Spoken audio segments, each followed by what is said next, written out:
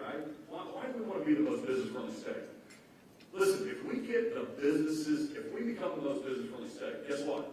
That is how we fund more education, how we fund infrastructure, how we fund our healthcare system. Everything gets better. Wages go up. People move here, so developers people are building houses. The bicycle shops are increasing. When we get our business community growing, it's going to help every single part of our society. So that's why we can be the most business-friendly state. And really, a lot of it is just policies, right? We're competing against Texas and Florida and Tennessee and Arkansas. So what do we look like to get our businesses, to get our economy even ginning up more? So that's really just to set the stage what I try to think about as governor. And it's not to play politics. I tell people all the time, let Washington, D.C. play politics. There's enough politicians up there. We're all Oklahomans. Let's just go make our state the very best state it can be. And because we really all want the same thing. That's the best education for our kids. We want the best job opportunities, wage growth. We want the best health care. We want the best infrastructure. And really want government to leave us alone so we can raise our families and grow our businesses. So, so protecting the Oklahoma taxpayer and being the best state for business is kind of my main things. But that means we have to make some tough choices, right? Saying no to the good now to say yes to the great later. And there's never a shortage of good ideas, right? The government can always spend more money. They're always going to come to the legislature and the state capitol and say, give us more money for this group or this thing. Look how much more good we can do. So Oklahomans, we as the people have to tell the government, how big government should be. And that's a question I want to ask all of us today. How big should state government be? Have you thought about that? I think about that a lot, and I challenge us to think about it. So the best example I can give you is compared to some other states, right? Let's compare New York and Florida, okay, their state budgets. They're very similar sized states, about 20 million people. Florida is actually bigger now than New York. It used to not be that way, but Florida, I think, is outgrown by a couple million people. But they're around 20 million people, and Florida might be 22 million. So you would think their budgets would be similar. New York's budget is $233 billion, okay? So is that a lot? I don't know. But let's compare it to a bigger state, Florida. Florida's state budget is $115 billion, all right? There's no way for New York to catch up. They're in a death spiral, we say in business. They're going to have to keep raising taxes. They're going to keep pushing more people away to states like Florida. There's no way for them to cut $100 billion out of their budget. Why do they spend $233 billion? Well, they have a 10.9% income tax. Florida has a 0% income tax. That right there will tell you everything that you need. So we have to slow our growth. So that's why I called for, in my state to state, a half and a path. Did everybody watch my state to state address? A few people? Okay. Well, y'all need to go watch it. My mama said I did a really good job, okay? So I talk about these things in the state to state, and a half and a path, what that means is a half a point individual income tax rate cut, a half a business tax cut, and a path to zero. Path to zero means as we have excess revenue, so if revenue goes up, and there's a bunch of different bills floating around, but let's say $300 million, then we modestly grow government at, inflation rate plus population growth. That's the governor that Colorado has on their spending, is they grow at population growth plus a CDI index, right? So then there would be a quarter of a point trigger that would give that back to people. So that's what we mean by a path, and we think we get that done. I'm not suggesting that we cut core services. I ask for flat budgets, and we can absolutely afford to do that. We've got, right now, $4.6 billion in savings, and at the end of this fiscal year, so in June 30th of 2025, we'll have $5.05 billion in our savings account. Just to remind you, back in 2018, when I took over and when I was running for governor, there were teacher walkouts, there was billion-dollar budget deficits, and there was no money in savings. You elected a businessman governor to be fiscally responsible. We don't want to go back to that, right? So we've got to keep up with our competition. The competition, this is interesting. The other reason you have to do a half a point tax cut, and we need to continue the momentum here with our tax policy, because other states are doing it. And we know in business that if you hire someone, or if you're selling pickup trucks, or you're selling gasoline, you've got to have your pricing about where the competition is, right?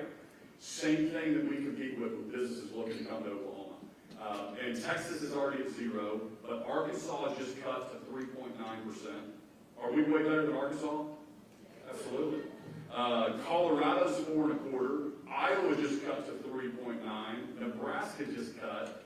Kansas just cut a point with a Democrat governor. Mississippi just passed a bill to go to 0.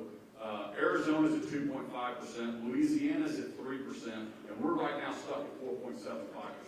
So that's why I'm so really pushy. When else can we do it? But when we have this huge savings account and we don't have to cut any kind of core services and we can just keep the spending kind of flat. So that's my pitch for tax cuts. And people can argue with me and they say, no, we need to fund this and that. And that's a philosophy that some people have. I just disagree with it. I don't think government's the answer because when you cut, remember this, it's $240 million is what a half point would be. You got $5 billion savings. The money doesn't disappear. It just doesn't go through Oklahoma City. It stays in your pockets in Broken Arrow to go to the grocery store, to go to the restaurants, the bicycle shops, to be spun in the economy. And to remember this, we used to, as Oklahomans, some of us might not remember, but back in 2003, our income tax rate was 7%.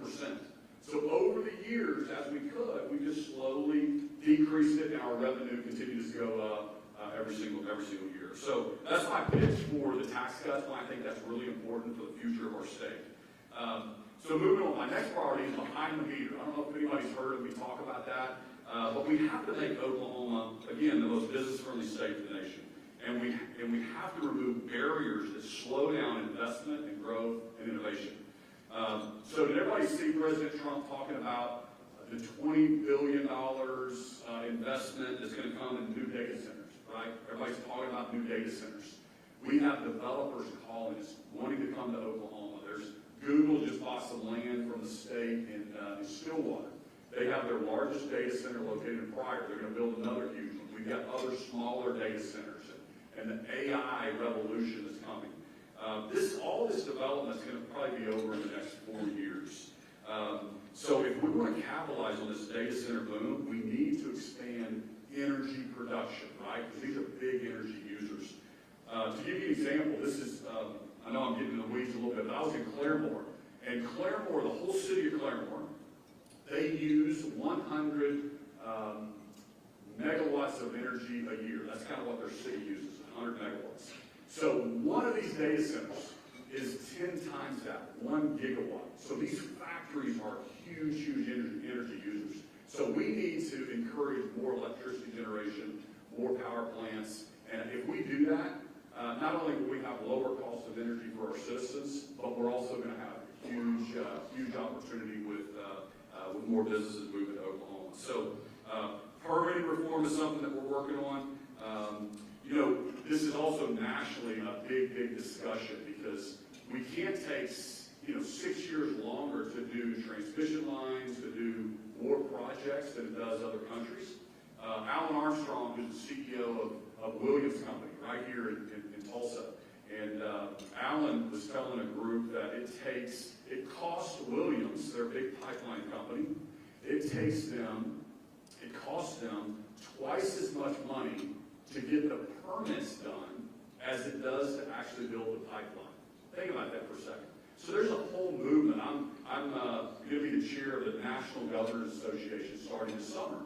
And Republicans, Democrat governors are all my friends, and we're all moving towards, hey, we need permitting relief from the federal government so we can get projects done in our states quicker. The Northeast governors even have asked me questions. I won't mention their name, but they came to me and they said, hey, how come you have cheaper electricity in Oklahoma than we do in our state? And I was like, are you kidding me? Is there a camera on here? What's going on? Of course, do you not know? You guys are killing every pipeline project that comes to your state. And so anyway, I connected them with like Alan Armstrong and some of the people from the industry to explain to them other states are blocking these make-sense pipelines to deliver cleaner, more affordable energy to their citizens. And they're starting to see it because companies are relocating to states like Oklahoma because of that. So permitting reform is a huge deal that we're working on, not only here in Oklahoma, but also nationally. In Oklahoma, I signed an executive order to tell all of my regulatory agencies that if you don't have your permits done in 30 days, they're free to the business. Because I want us moving at the speed of business, right? We don't want government to hold up expansion and growth and capital being invested and people being hired. And I think that's a huge deal. The last piece of my kind of strategy for this session is business courts, all right? And again, I wish these things were more sexy, but so what does business courts mean? Governor, why is that important? So, business courts. Business courts were kind of made famous from Delaware. They were called chancery courts.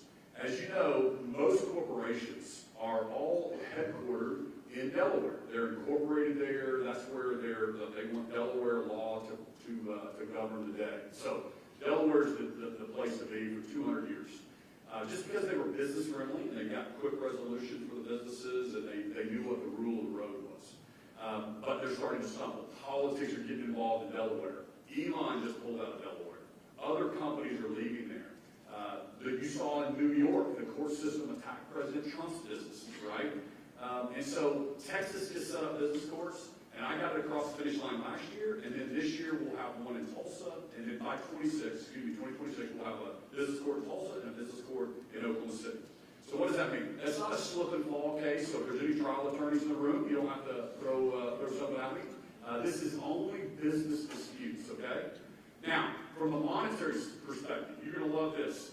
Well, Governor, why do you care about that? Well, business, I want more businesses located here, but also, think about this. Who has an LLC in Oklahoma? Who has a rent house or a piece of land and they have an LLC that for asset protection or whatever you use your LLC for? Lots. I know a lot of you didn't raise your hand, but lots have LLCs. Okay, you pay $25 a year to renew that with the Secretary of State's office. And it's maybe $100 for the brand new LLC. So we collect $17 million a year from all the LLC, all the incorporation filings in our Secretary of State's office. $17 million a year in revenue. Okay, we have 4 million people in Oklahoma, a little over 4 million. Delaware has 1 million people, okay? Little small state, we're way better than Delaware, right? You all agree with me? They're a quarter of our size. How much do you think? We get 17 million. What do you think their incorporation dollars are from their LLC and all the incorporation filings? Hey, what'd you say? 150. What? 150 million, okay. They're only a quarter of our size. $2 billion. $2 billion. All right? Just because they did business friendly. All right? There's your income tax right there. So my point is, we're not going to get that overnight, but if I'm in business or you're in business and I make 17 million and somebody else makes 2 billion and I have the exact same product, any business person, they're trying to disrupt that, right? We're trying to get some of that into Oklahoma. And if we just are a business-friendly state, man, what can that do for our infrastructure, for our education, for our health care, for continuing to move the needle there? So that's why I love business courts, is because I think it's going to, and I've got publicly traded companies here in Tulsa that I said, hey, Governor, as soon as you set that up in 26, I'm going to delist from, I don't know if it's called delist, they're unincorporated from Delaware, and they're going to set up the incorporation in Oklahoma. And I think we'll have a big press statement. We'll have more of those companies do that. So with that, I'm going to take the advice of the most famous Oklahoman ever. And that is, of course, Will Rogers, right? Will Rogers told a story. He was giving some advice to politicians. And he said, he goes, listen, one time there was this mountain lion, and it ate a bull. And it was so satisfied and full that it started roaring. And it kept roaring and roaring and roaring until a hunter heard the mountain lion roaring and shot and killed the mountain lion. And the moral of that story is, when you're full of bull, keep your mouth shut. Will Rogers. So thank you guys again for being engaged in what's happening around the state. And I'll pause right there and probably have time. I don't know if we didn't ask this before. I'll take a few questions if there's a microphone or anybody has any questions.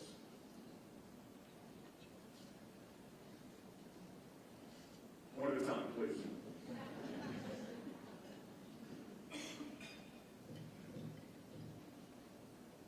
Was there one? Okay.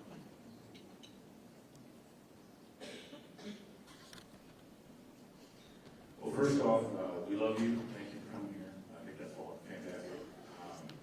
My question is regarding the generation capacity of electricity in the state of Oklahoma, and what plans do we have to increase our generation to feed these new data centers, et cetera?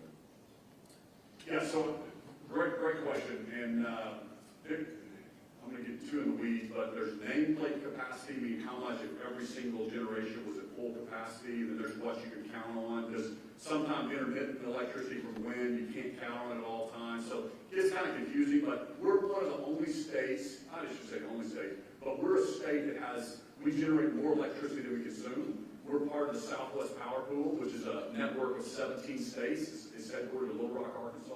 So I went over there and visited with them because I said, I can't wait 7 years to get hooked into the grid if we want to build new electricity. And so the way we're going to do it is we're going to pass behind the meter. And behind the meter just means that, like I said before, the company could set up a contract with a natural gas pipeline. They could set up a gas turbine, and they could generate their own electricity. But who fights you on that? Well, sometimes OG&E, PSO, GRDA, the actual generators, because they want that, right? And that's fine. They're all friends of mine. I want them to create more electricity, but I just don't want to wait 7 years if they have to get in line. So they are creating more electricity, and they've got projects going. But if a company wants to come today, and GRDA is saying it's going to take 8 years, which I don't know if I'm just making those numbers up. But if they're going to say it's going to take too long, why do we care as a state if somebody else wanted to increase capacity, right? So that's kind of my thought process. If we pass behind the meter, I think it'll be a game changer for us. And so I'm working really hard. So your legislators, you call them and you say, hey, vote still on these things, and make sure you know how your people are voting on it. It's so important. If you agree with it, if you don't agree with it, tell them, hey, I heard the governor, and don't vote for behind the meter. But that's how this system's supposed to work. I'm just telling you kind of how I see it. But what happens is I don't want people to not vote for something because they're trying to protect someone's entity, right, or this industry or that industry. I'm thinking about what's best for all 4 million Oklahomans. How do we move our state forward?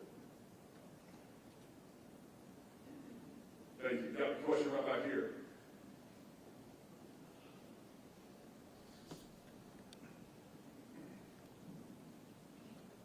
Good afternoon. A couple questions regarding the electricity issue.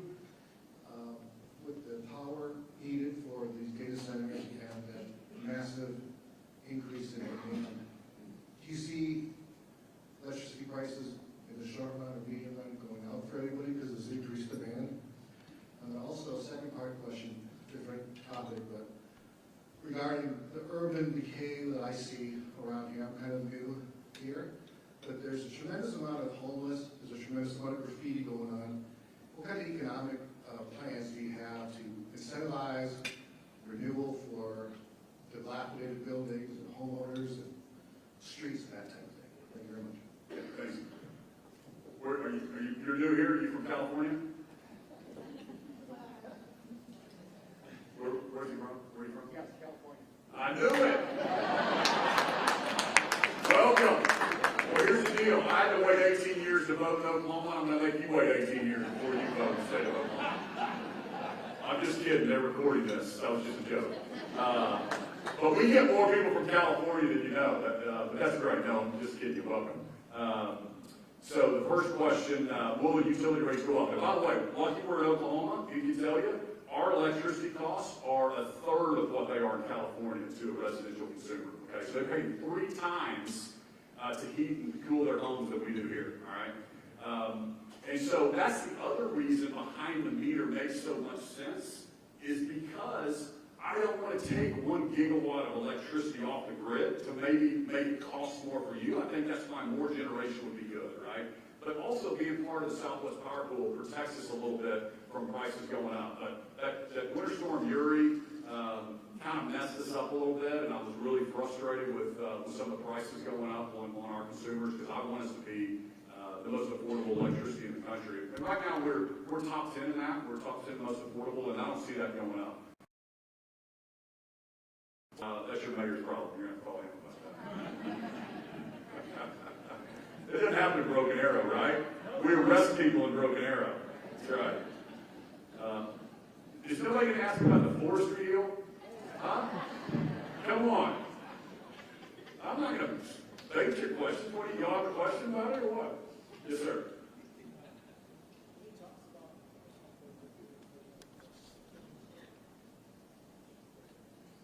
So what his question was, talk on a SMR is what they're called, so these micro-nuclear facilities.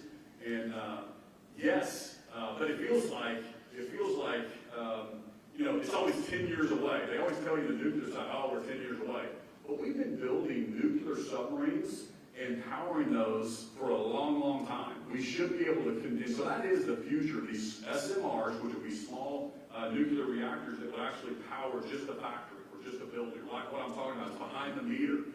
There's a move to have gas generation, turbine and a gas pipeline contract. And if you have these big users, you're actually just doing that behind the grid or off the system, so it's not taxing the whole system, and we get more generation. So that's something we're looking at. Tennessee's looking at that pretty hard. There's other states that already have nuclear. We don't have any nuclear in Oklahoma. We're mostly wind, natural gas, very little coal. We're less than 10% coal in Oklahoma.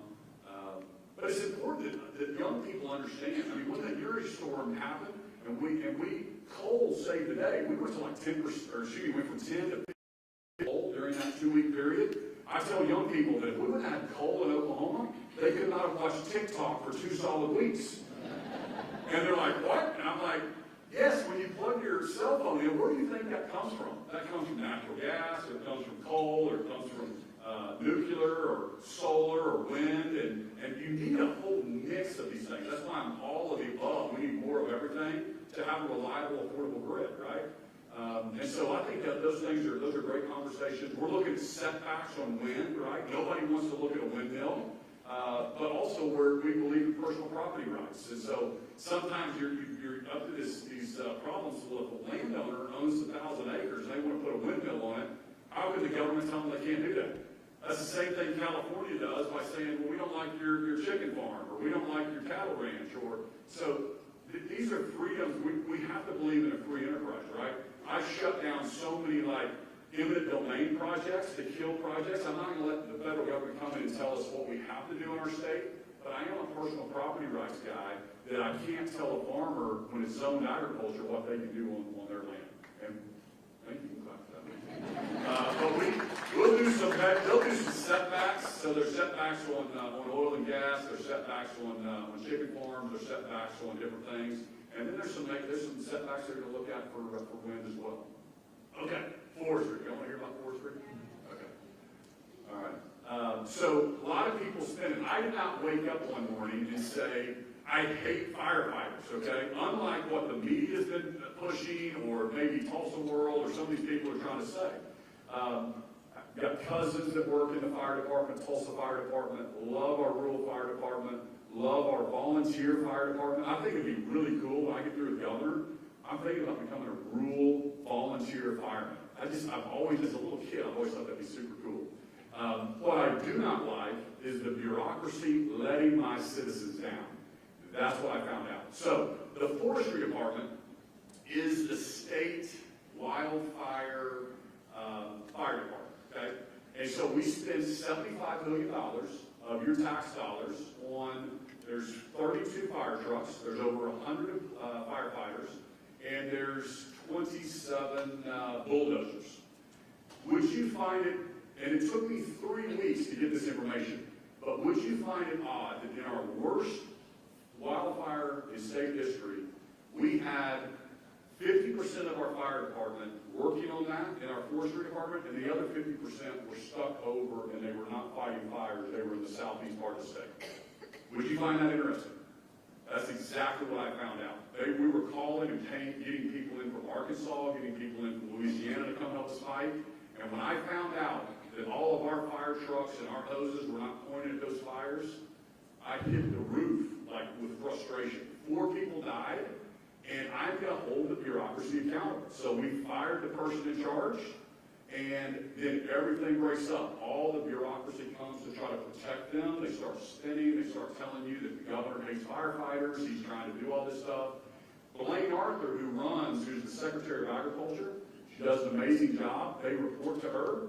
It took her 3 weeks to even get this information. She had to fire like 3 more people because they were refusing to even share with her where they were stationed around the state. What they will tell you is, oh, well, we had to stay in the southeastern and eastern part for statute. Not true. Our attorneys have looked at it, agriculture attorneys, there's no statute that says that. And then they're saying, well, we were fighting a 2-acre fire or a 13-acre fire. There were 0 in Stillwater. There was 1 in Manford as that burned. And that would be like, the way I explain it, I've been trying to think, how do I explain this to people? It'd be like if we were in a hospital, 1,500 people come into the ER and they're having a heart attack and they're passed out. 20 people come into the ER and they have the flu-like symptoms and they have a runny nose and a sore throat. We've got 40 doctors. It's called triaging. Where would we send our 40 doctors? We would send our 40 doctors to the 1,500 people that were dying. Okay, we would not keep 5 people. This is true. There was 5 on a 13-acre fire in Podo. We have all the local fire departments down there. So the reason that I said we're going to hold people accountable is I want to make sure that all of our assets are working and on the most dangerous fires that were coming through, and 4 people died. So that's why I did it. And so we're gonna re-envision that. I'm gonna put a fresh set of eyes on that. We're gonna correct that situation. It shouldn't happen again. The next time there's a wildfire, we will be well positioned and we'll be on target. So that's why I did it. Yes, ma'am.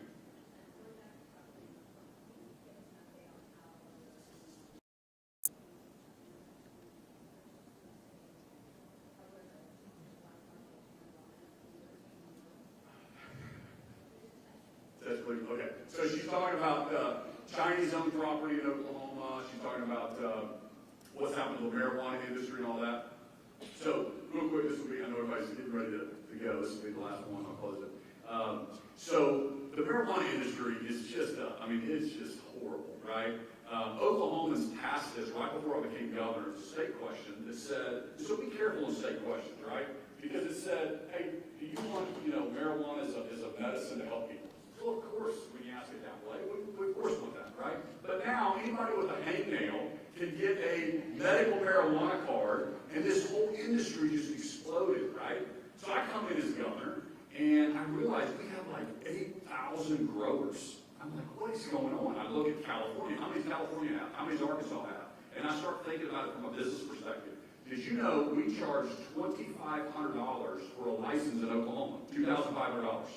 California charged $180,000. Even like Colorado charged like $100,000 for their licenses. And I'm like, well, no wonder the riffraff is all showing up here because you get in the game for $2,500. That's back to market, right? You got to pay market.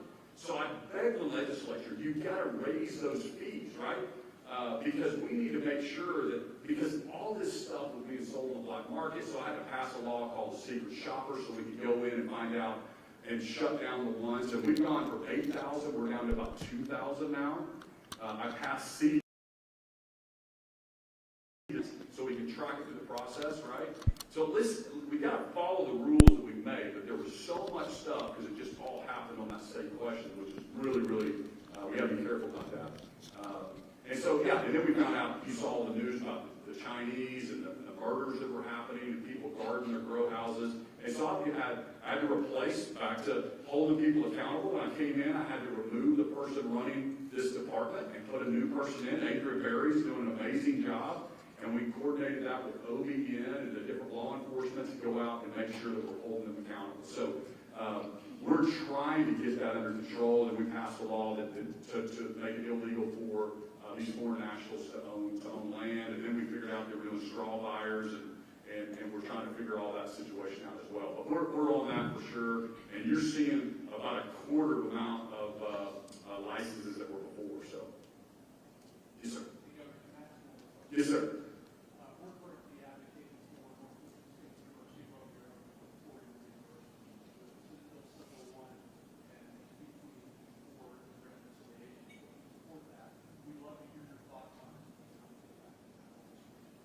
Yeah, so I've always heard that Oklahoma, that Tulsa is the only big city without a four-year university, so trying to figure that out. The thing that we got to keep in mind is all the politics with Langston and OSU, and you can't teach this and you can't teach that, we're really screwed up this free market system, right? So I'm not opposed to the 4-year. I'm certainly not opposed to Langston teaching something or TCC teaching something. But right now, it's like a self-protection. Back to everything I deal with. If I try to say, which makes sense, if I want to take an accounting class at your college, I should be able to do that. But there's all these rules about, oh, you can only do that here, you can only do that here. That makes no sense. For average Oklahomans, I tell people this. If all 4 million Oklahomans could sit in my office on my couch and we could go through the issues together, it's a no-brainer how to fix these things. But unfortunately, lobbyists get involved and they try to spin everybody. And they go to the media and they say, run this, the governor hates firefighters. And then they do that and they try to spin people up. But I'm telling you, Oklahomans know that Stitt is trying to move things forward. So we'd love to get the 4-year university here. But I want to break through some of that silo and not give you a monopoly. I want you to be able to compete against OSU or TCC or Langston or whoever else decides to be here, Tulsa, TU. TU's a private university, but we believe in that free market system. So you having a 4-year university, I think, would be great. So again, just thank you. So again, I really appreciate it. You guys being here, listening to me. I don't have all the answers. I'm just letting you know kind of how I see the world as your governor for the last 7 years, and stay engaged. I'm telling you, this is so good. Stay to these meetings. Every time the state house member or the state senate member come and speak, or our U.S. senators or congressmen, so good for you to be here, meet them, understand what the issues are, and hold us all accountable to you, the people. Because I'm going to be in 2 years back in the seat with you, cheering on the next guy, and we all want Oklahoma to be the best place to live, to work, and to raise our family. So God bless you. Thank you so much.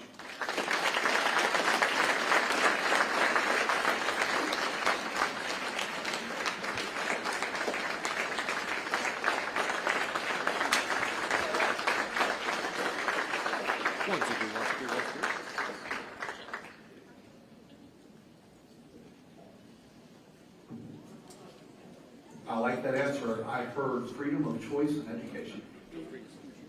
Solid answer.